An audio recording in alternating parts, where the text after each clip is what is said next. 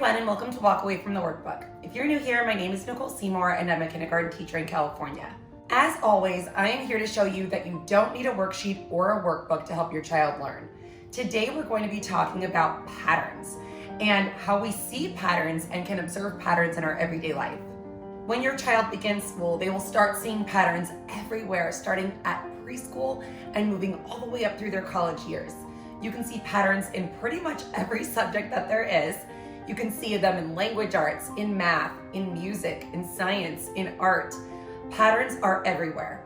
The best part about patterns is that kids love learning patterns. They love shape patterns, color patterns, spatial patterns, movement patterns, clapping patterns, rhythmic patterns. Any kind of pattern that you can give to a child to try to figure out, they will usually glom right onto it.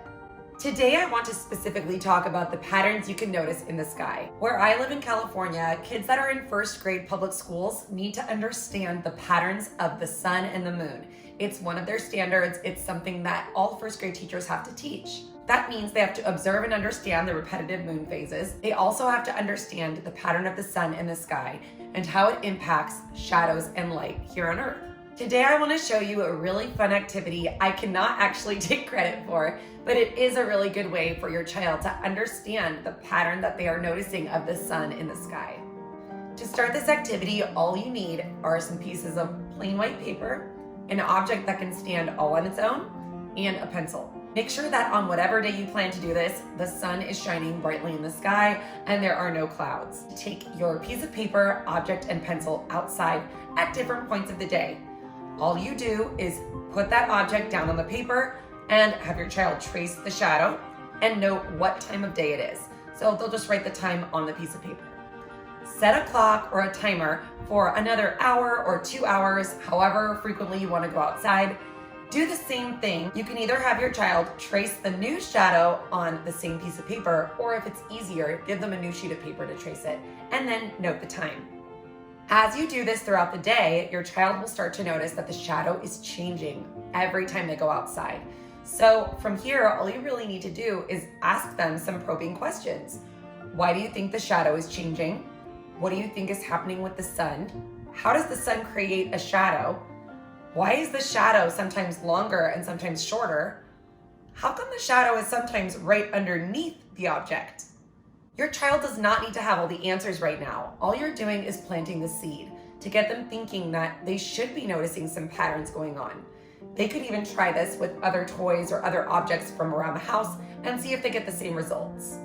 For this next activity, you're going to need a couple of sheets of plain white paper, some markers, scissors, glue, and that same object that you used in the first activity.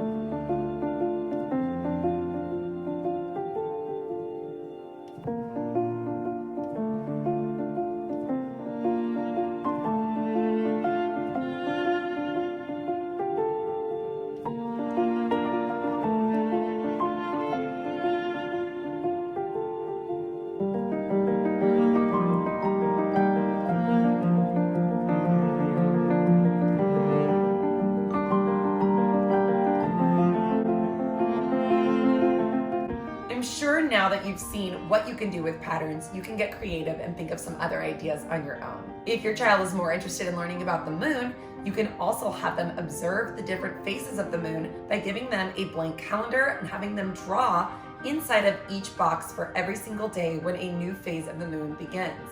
Have your child start their cycle when the moon is in the new moon phase. Have them watch for the full month. They will see the pattern of the moon, and they will recognize the fact that it's going to repeat every single month in the same way. I hope this video gave you some ideas on some fun ways to engage your child in patterns. Of course, there are lots of other things that you can do, but I focused today on the patterns of the sun and the moon. If you enjoyed this video, don't forget to like, subscribe, and share it with a friend who might find it useful. You can also find me on Facebook at Walk Away from the Workbook or on Instagram at See More of Coley. Have fun learning with your little ones. Bye.